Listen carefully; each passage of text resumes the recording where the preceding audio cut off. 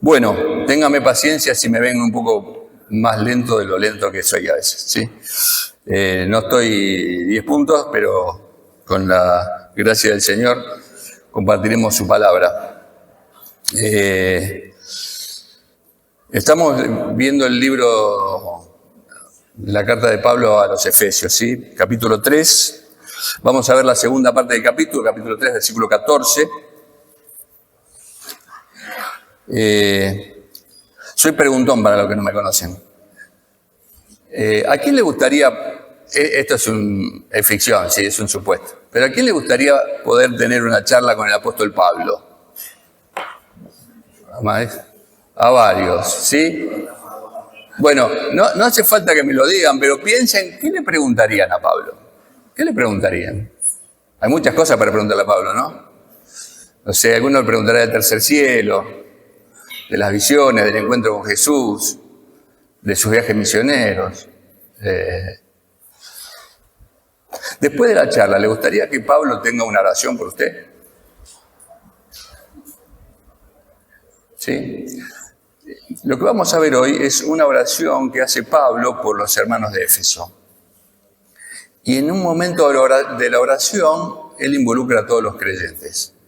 Así que yo te animo a que cuando vayamos leyendo el texto lo trates de hacer lo más personal posible, porque es una oración que hace Pablo al Padre por sus hermanos en Éfeso, hermanos que él amaba porque había servido ahí 3 años. ¿Sí? Siempre les animo a que cuando leamos la Biblia lo hagamos creyendo que la Biblia es la palabra de Dios, y si la Biblia es la palabra de Dios, Dios tiene algo para decirnos ahí. ¿Sí? Entonces cuando leamos la palabra, no la leamos como información, no la leamos como conocimiento, tratemos de ver qué Dios nos quiere decir ahí. ¿Sí? Esa es la razón por la cual Dios dejó su palabra, para hablarnos, ¿sí? Para revelarse. En esta oración, que comienza en el versículo 14, dice así: por esta causa, pues, doblo mis rodillas ante el Padre de nuestro Señor Jesucristo, de quien recibe nombre toda familia en el cielo y en la tierra. Le ruego que Él les conceda a ustedes, conforme a las riquezas de su gloria, el ser fortalecidos con poder por su Espíritu en el hombre interior. Y de manera que Cristo habite por la fe en sus corazones. También ruego que, arraigados y cimentados en amor, ustedes sean capaces de comprender con todos los santos, y ahí aparecemos todos, cuál es la anchura, longitud, la altura y profundidad, y conocer el amor de Cristo que sobrepasa el conocimiento, para que sean llenos hasta la medida de toda la plenitud de Dios. Y aquel que es poderoso para hacer mucho más abundantemente de lo que pedimos o entendemos, según el poder que obra en nosotros. A Él sea la gloria en la Iglesia, en Cristo Jesús, por todas las generaciones, por los siglos de los siglos. Amén. Pablo comienza diciendo, por esta causa. ¿Por qué causa? Porque está haciendo referencia a algo anterior. El capítulo 3 tiene una particularidad. Si ustedes ven en el versículo 1, lo que tiene la Biblia abierta, él comienza diciendo, por esta causa. Exactamente igual como en el 14. Y ahí abre un pensamiento que desarrollamos el domingo pasado, y que es como si fuera un paréntesis hasta este versículo 14. Acá está retomando el versículo 1. Y la causa está en el versículo anterior. ¿Se acuerda que también vimos? Ahí Pablo está hablando de la unidad que produce Cristo entre el pueblo judío y el pueblo gentil, el no judío, y que de los dos pueblos hizo uno solo. ¿Sí? Ese es el contexto de esta oración. Pablo está hablando a gente no judía, ¿sí? A gente que Dios incorporó a la promesa, porque en el Antiguo Testamento la promesa era para el pueblo de Israel solamente, ¿sí?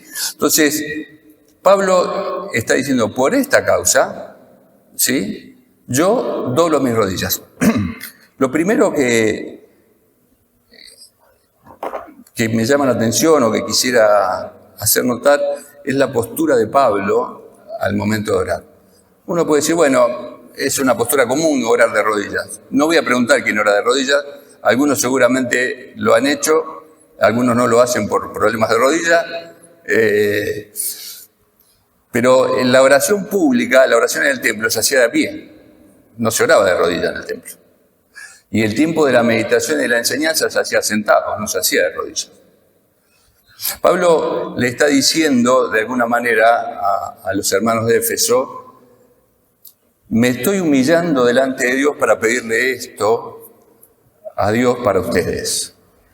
Porque lo que va a pedir tiene suficiente peso e importancia como para adoptar esa postura, ¿sí?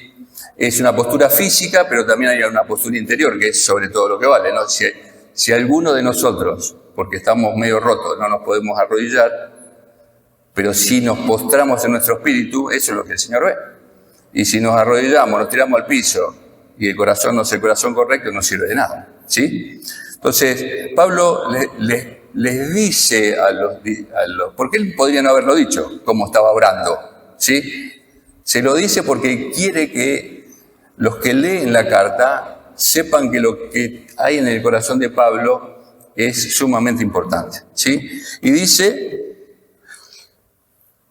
adoptando la postura correcta delante del Dios soberano, de quien recibe nombre toda familia. Bueno, algunos que son un poco más liberales en la interpretación del texto, ahí ven que, bueno, Dios es Dios de todos y es Padre de todos, porque toda familia en el cielo y en la tierra recibe su nombre de parte de Dios. Bueno, no está hablando de una paternidad espiritual, está hablando de, en todo caso, una paternidad creacional, ¿sí?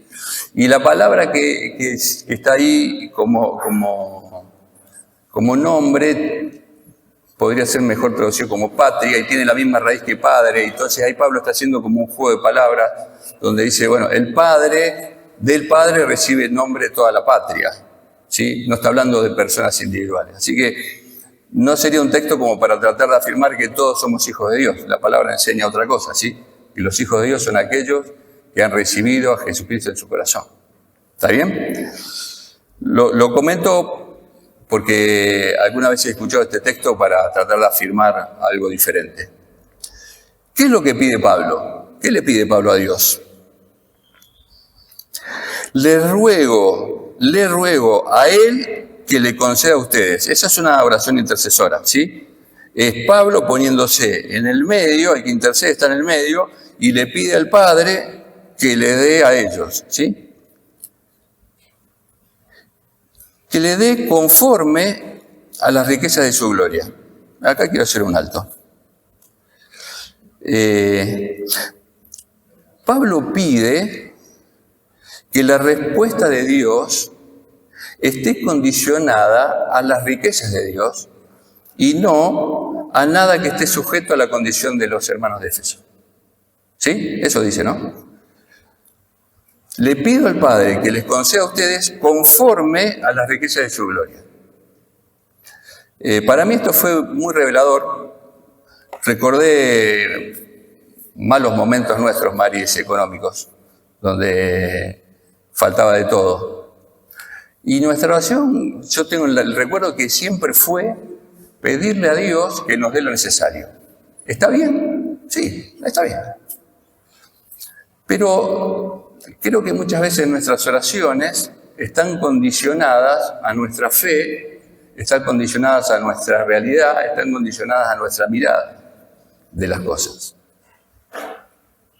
Y Pablo está diciendo, no te pido según la fe que tengan ellos, no te pido según las necesidades que tengan ellos, te pido conforme a tus riquezas en gloria. Que lo que les dé sea conforme a tus riquezas en gloria. Es como si todos quisiéramos tener un amigo que es amigo del dueño del banco. Entonces, supongamos que este amigo nos lleva con el dueño del banco y le dice, mira, te vengo a pedir que le des a él un préstamo, pero no se lo des de acuerdo a sus condiciones, dáselo de acuerdo a tu riqueza. El amigo le pide al dueño del banco, dice, según la riqueza que vos tengas, dale un préstamo a él.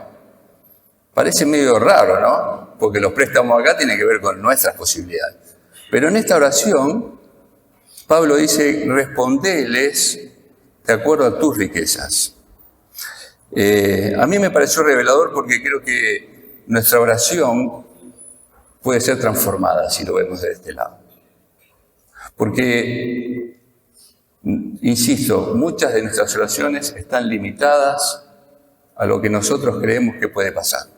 Entonces nosotros estamos con problemas económicos y le pedíamos que nos falte la comida. ¿Por qué? Porque era lo básico. En ningún momento se nos ocurrió pedir que nos dé una casa, si no nos alcanzaba para comer. Pero creo que acá, de alguna manera, el apóstol Pablo nos anima a cambiar nuestra perspectiva al momento de orar. Oro según lo que yo pienso que puedo conseguir, porque muchas veces nuestras oraciones están limitadas a eso, ¿no? A lo que me parece posible. Recién me dice Sandra, me salió mal los estudios, ¿sí? Y bueno, vamos a orar, le digo, para que Dios sane eso. No hay solución, me dice, o algo parecido. Digo, ¿para quién? Para los médicos. Si no es un reto para Sandra, es algo que nos pasa a casi todos. Si tenemos un Dios que conforme a sus riquezas en gloria puede hacer todo, puede sanar, puede restaurar, puede transformar, bueno, pidamos de acuerdo a sus riquezas en gloria y no de acuerdo a nuestra perspectiva. Así que quisiera animarte que por lo menos consideres reenfocar tu oración. Sacarla un poco de tus propios límites, de mis propios límites, y ponerla en consideración a las riquezas que el Padre tiene en su gloria. ¿Qué nos va a dar? Lo que Él sepa que sea bueno para nosotros. Yo no estoy diciendo que cuando oramos pidámosle, nos hace falta comida, pedimos una casa y Dios nos va a dar sí o sí una casa. No estoy diciendo eso. Dios nos da conforme a su voluntad. ¿Sí? Pero no limitemos nosotros la oración. ¿Está bien?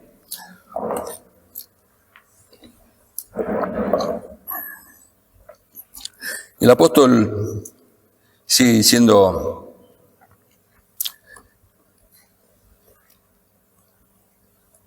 ¿para qué? ¿Qué es lo que le pide? De acuerdo a sus riquezas en glorias, que sean fortalecidos con poder por su espíritu en el hombre interior. Les pide que sean fortalecidos con poder por su espíritu en el hombre interior. Para Pablo, lo primordial no era lo externo. Seguramente los hermanos de Éfeso tenían necesidades, ¿sí? Seguro. Siempre el ser humano tiene necesidades. ¿Algunos de ustedes tienen alguna necesidad? A ver. Hay varios que no. Voy a hablar con los que no levantan la mano, después voy a hablar porque tienen la fórmula de... todos tenemos necesidades, distintas, diferentes. No necesariamente necesidades económicas, pero todos tenemos necesidades. ¿Ok? Pero para Pablo, su rendirse delante de Dios y doblar sus rodillas delante de Dios no es para pedirle algo que ellos necesitan, sino lo que le pide es que sean fortalecidos por el poder de su espíritu en el ser interior. No es que lo material o lo externo no es importante. Lo que Pablo está diciendo es, si eso no está, el resto pierde relevancia. Busca primero el reino de Dios y su justicia, y el resto es añadidura. En nuestra vida, lo fundamental es Dios en nosotros. El resto es añadidura. Los faltantes, las necesidades son añadidura. Añadidura a veces solamente para que podamos buscarle más a Él y conocerlo más a Él. ¿Sí? Los miércoles cuando venimos a la reunión de oración, yo no recuerdo nunca y hablo primero de mí, como me gusta hacer, no recuerdo nunca haber pedido por nuestro ser interior. A veces pedimos por la fe, pero normalmente venimos a pedir por necesidades, ¿sí? Los que vienen los miércoles es así, y no está mal. La palabra nos enseña que llevemos a Dios toda necesidad. Pero lo primordial, lo crucial, a la vista de Pablo, es que seamos fortalecidos en nuestro ser interior por el poder de su Espíritu. Y no es ser fortalecidos por ser optimista, por tener una buena mirada, por pensar que las cosas van a cambiar. Dice que sean fortalecidos por el poder del Espíritu. Únicamente su Espíritu en nosotros puede fortalecer nuestra vida para afrontar cualquier cosa que nos pase, para esperar cualquier añadidura que nos llegue, cualquier carencia que tengamos, cualquier sufrimiento que estemos atravesando. Fíjese el versículo 17, dice, de manera que Cristo, sería el resultado de lo que recién hablamos, de manera que Cristo habite por la fe en sus corazones. El fin de su oración es que Cristo habite por la fe en sus corazones. Todo el resto puede estar o no estar. Pero si eso no está, no hay nada. Ahora, ¿qué es esto de que Cristo habite? Nosotros tenemos algunos modismos en la iglesia. Y cuando invitamos a alguien a recibir a Cristo, ¿qué le decimos? Invita a Cristo a tu corazón, ¿sí? Y todos creo que entendemos lo que estamos diciéndole a la persona que estamos invitando a recibir a Cristo, pero en esa palabra invitación, el que invita es el dueño de casa. ¿Sí? El que invita es el dueño. La palabra habite acá es literalmente es de quien reside en forma permanente. Esa es la palabra. Quien toma posesión del lugar. Entonces, la idea de visita es una idea muy distorsionada. Cuando Cristo habita en nuestros corazones, Él viene a ser dueño de nuestros corazones. Esa es la idea. Pablo está diciendo, a fin de que Cristo sea el dueño de su corazón. No que tengamos a Cristo en nuestro corazón y bueno, vivimos la vida como podemos y como queremos con Cristo en nuestro corazón. No está diciendo eso. Lo que está diciendo es que sean fortalecidos en el ser interior por el poder del Espíritu para que Cristo sea el dueño de tu corazón. No para compartir, no para darle una habitación de la casa. No sé cómo son ustedes y cómo es su casa tampoco, porque eso depende mucho, pero según quien venga a casa y la confianza que tengamos, o lo dejamos en la cocina, o lo pasamos al comedor. Cuando viene alguien de mucha confianza, le damos nuestro dormitorio para que duerma, si se va a quedar unos días, ¿sí? Pero no dejan de ser visitas. Esta no es la idea. No es la idea del Evangelio y no es la idea de la oración de Pablo. Pablo está rogándole a Dios que los hermanos de Éfeso lleguen al punto de que Cristo habite de forma permanente, gobernando en su corazón. No sé cómo está tu corazón, no sé cuánto habita Cristo en tu corazón. Vos lo sabés y Dios lo sabe. Pero somos llamados a entregar todo a Dios. Y que sea Él el que gobierne. Que sea Él el dueño. No nos resulta fácil. A mí no me resulta fácil. ¿Sí? Tenemos siempre la tendencia a tratar de controlar algo. No quiere decir ser irresponsable, ¿no? Decir, bueno, señor el dueño, no hago más nada. No está hablando de eso. Está hablando de que sea Él el que guíe, Él es el que gobierne, Él es el que nos enseñe qué hacer, cómo hacer, cuáles son las decisiones a tomar. A fin de que Él habite en nuestros corazones. La oración de Pablo, en el fondo, es que Cristo sea nuestro dueño. Es una oración de rendición. Es decir, te entrego. Señor, que ellos te entreguen todo. Que ellos te entreguen todo. ¿Qué pide luego? Hay un segundo pedido, dice: también ruego que arraigados y cimentados en amor, ustedes sean capaces de comprender con todos los santos cuál es la anchura, longitud, altura, profundidad, y de conocer el amor de Cristo que sobrepasa todo conocimiento. Pablo usa dos palabritas ahí que pareciera como que fuera una condición necesaria para conocer el amor de Dios en esa profundidad. Dice: ruego que arraigados y cimentados en amor. Usa la palabra arraigados y cimentados. Arraigados tiene que ver con raíz, ¿sí? Aquello que le permite a un árbol mantenerse de pie ante la tempestad y alimentarse, ¿sí? Y la palabra cimentados, que obviamente tiene que ver con cimiento, con fundamento, aquello que te establece en un lugar de forma permanente. Ahora, esa es una condición necesaria para conocer el amor de Dios. Lo curioso que dice: ruego que arraigados y cimentados en amor. Uno puede estar arraigado y cimentado en la doctrina, y está bien. Uno puede estar arraigado y cimentado en la teología,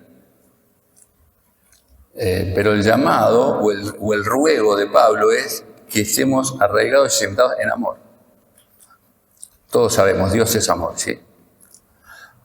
Fuera del amor, todo eso está en una escala inferior. ¿Cómo dice Corintios? 3 cosas van a quedar: la fe, la esperanza y el amor. ¿Cuál es la más importante? Amor. A mí me gusta la teología y la doctrina. Trato de ser lo más claro posible en lo doctrinal, de la forma más sencilla que me sale. Y creo que la doctrina es aquello que nos sostiene, ¿sí? Yo les he hecho el ejemplo algunas veces, la diferencia entre lo que me sostiene y las cosas que yo sostengo, ¿sí? Este vaso no pesa mucho, pero si yo lo tengo así 15 minutos me va a pesar cada vez más, y a las 2 horas me va a pesar cada vez más. Y en algún momento se me va a caer el brazo o el vaso, una de las dos cosas. Esto es lo que yo sostengo. Mis creencias son las cosas que yo sostengo. La doctrina es aquello que me sostiene a mí, ¿sí? Donde yo me paro, de lo que yo creo. A veces confundimos creencia con doctrina, lo que yo sostengo y lo que me sostiene. Si lo que yo creo de Dios es lo que sostengo, en algún momento me voy a terminar alejando.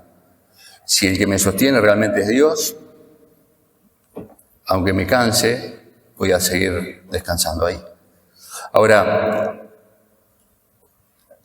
el amor sobrepasa todo. Y si hay algo en donde debemos arraigarnos, donde debemos pararnos, en el amor de Dios. Porque el amor de Dios quita el temor, el amor de Dios disipa toda confusión, el amor de Dios nos ubica en nuestro lugar, el amor de Dios nos ubica en nuestro lugar respecto a los demás. Porque es Dios en nosotros, ¿sí? Entonces Pablo dice: yo quiero que lleguen a comprender y a conocer la plenitud del amor de Dios, pero necesitan estar cimentados y arraigados en el amor. Les animo en nombre del Señor a revisar dónde estamos arraigados. A veces creo que los hombres podemos tener un poquito más de problemas que las mujeres, porque ustedes son más sentimentales en el buen sentido, lo digo. Nosotros somos un poquito más racionales. Y cuando hablamos de amor, ¿viste? Medio que puede incomodar un poquito.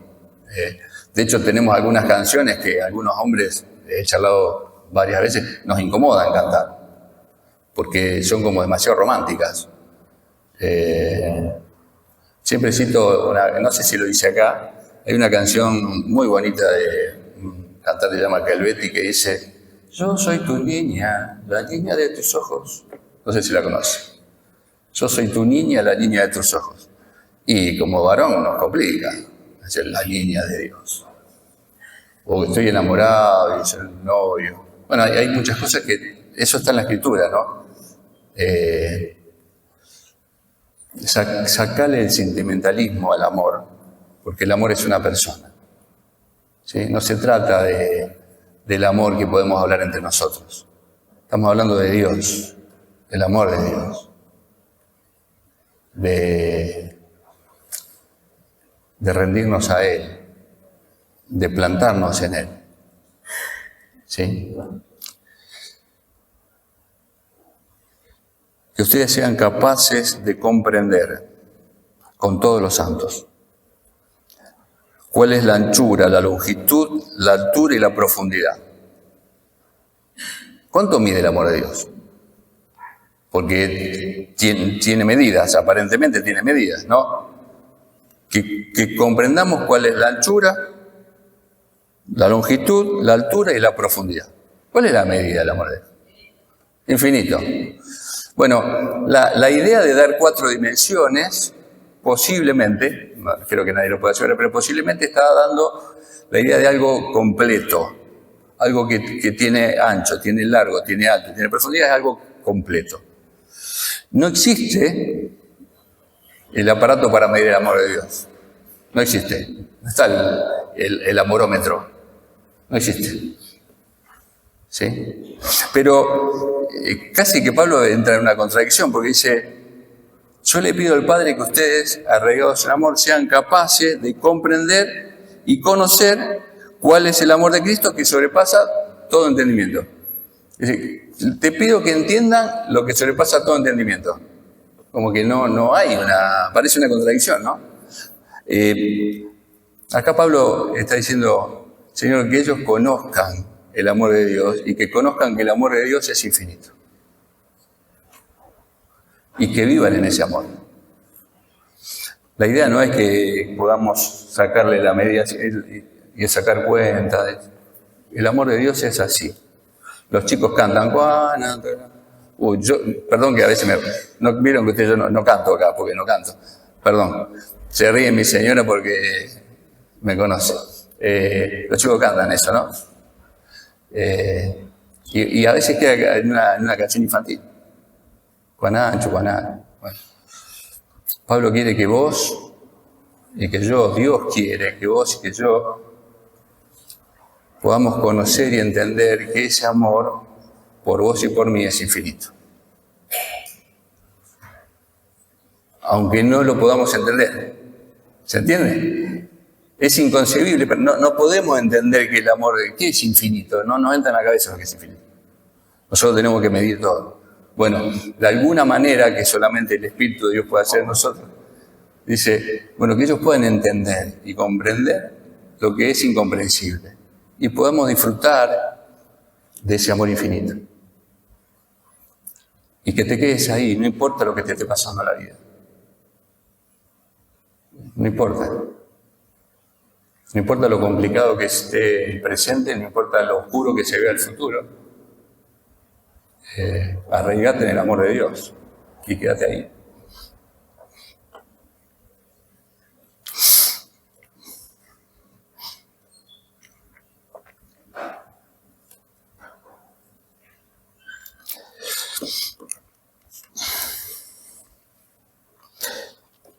Te dije, Irma, que soy llorón. Te dije, Irma, que soy llorón ahí en la puerta. A veces me pasa. Perdón. ¿Cuál es el propósito del pedido? Y vamos terminando. Para que sean llenos hasta la medida de toda la plenitud de Dios. Para que sean llenos. ¿Qué tan llenos? Este vaso está lleno hasta la mitad. ¿Está bien?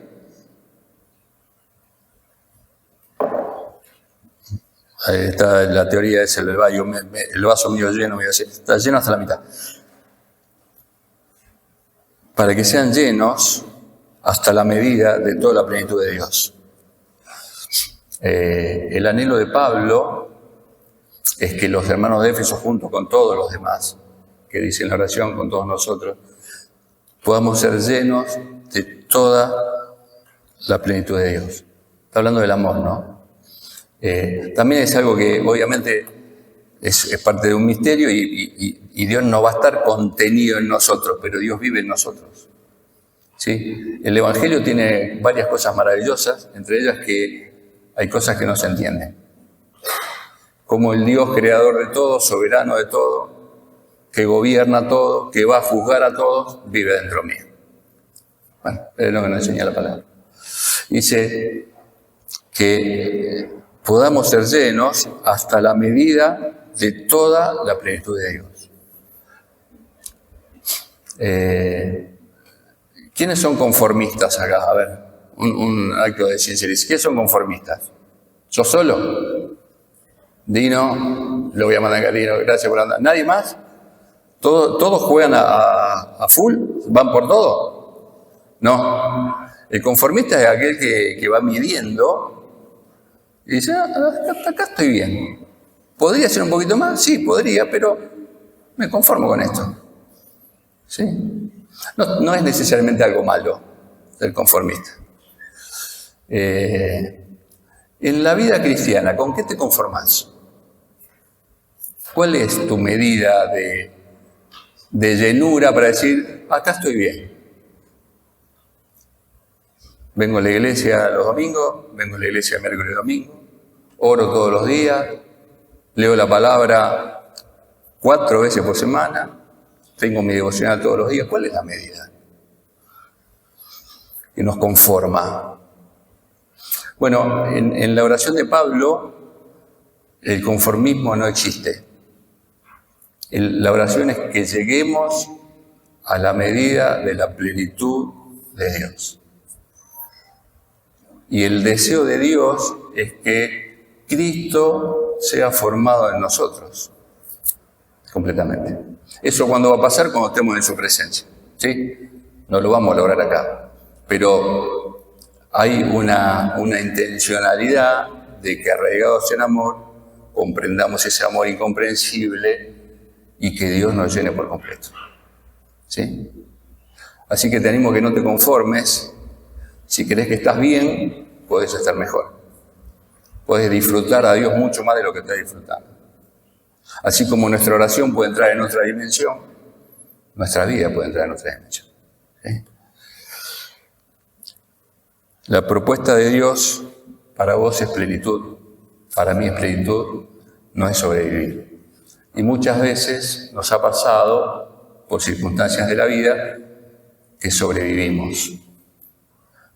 Había una vieja canción, bueno, hay varios de contemporáneos míos de Víctor Heredia. No la voy a cantar, sobreviviendo. ¿Sí? Sobreviviendo. Así vive mucha gente, sobreviviendo. Y muchas veces adentro de las iglesias sobrevivimos. Siempre es preferible sobrevivir a morir. Pero la expectativa de Dios es que haya plenitud en nuestra vida. La plenitud para vos es que haya plenitud en tu vida, en la vida de tu familia. Finalmente, versículo 20. Y aquel que es poderoso para hacer todo mucho más abundantemente de lo que pedimos, entendemos. Y a aquel que es poderoso para hacer mucho más abundante de lo que pedimos o entendemos. Me hizo pensar esto en qué cosas creo yo que ya no hay solución. ¿Qué cosas dejo de pedirle a Dios porque esto ya está terminado? ¿Qué cosas dejo de luchar porque ya no tiene sentido? Porque según lo que entiendo, no hay más. Ya no hay vuelta atrás. Bueno, dice que aquel a quien Pablo está orando, nuestro Dios, es mucho más poderoso de hacer, voy a leer textualmente, de hacer todo mucho más abundantemente de lo que pedimos o entendemos. Hay como un triple aumentativo, una redundancia, mucho más abundante. No es mucho de lo que pedimos, más de lo que pedimos, abundantemente, es mucho más. En el original es eso, es como una redundancia de más. ¿Cuánto más? Fuera de nuestro entendimiento. Y otra vez te vuelvo a animar, no te limites a tu entendimiento, no te limites a lo que vos creés que puede pasar. Espero que Dios me libre de prometerle a nadie algo que Dios no diga que Él va a hacer. Creo que se daña mucho cuando uno dice libremente e irresponsablemente, Dios te va a dar esto, Dios dijo tal cosa, si es que Dios no lo dijo. Pero la palabra sí nos autoriza y nos invita a pensar que Dios, tu Dios, puede hacer mucho más abundantemente de lo que pedís y de lo que entendés. Pareciera que en nuestro pedido hay una limitación. En nuestro entendimiento hay una limitación. Tu Dios puede hacer en tu vida, en tu circunstancia, mucho más abundantemente de lo que pedís o entendés. Y a Él, dice Pablo,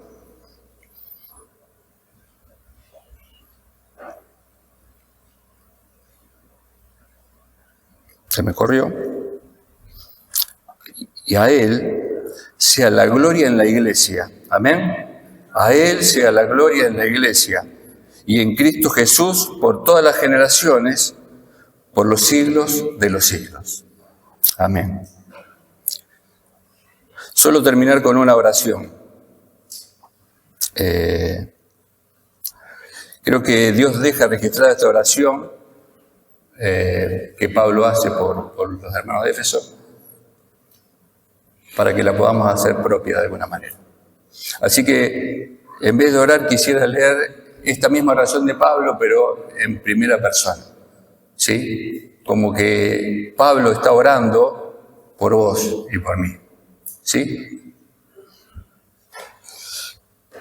Por esta causa, pues, doblo mis rodillas ante el Padre de nuestro Señor Jesucristo, de quien recibe nombre toda familia en el cielo y en la tierra.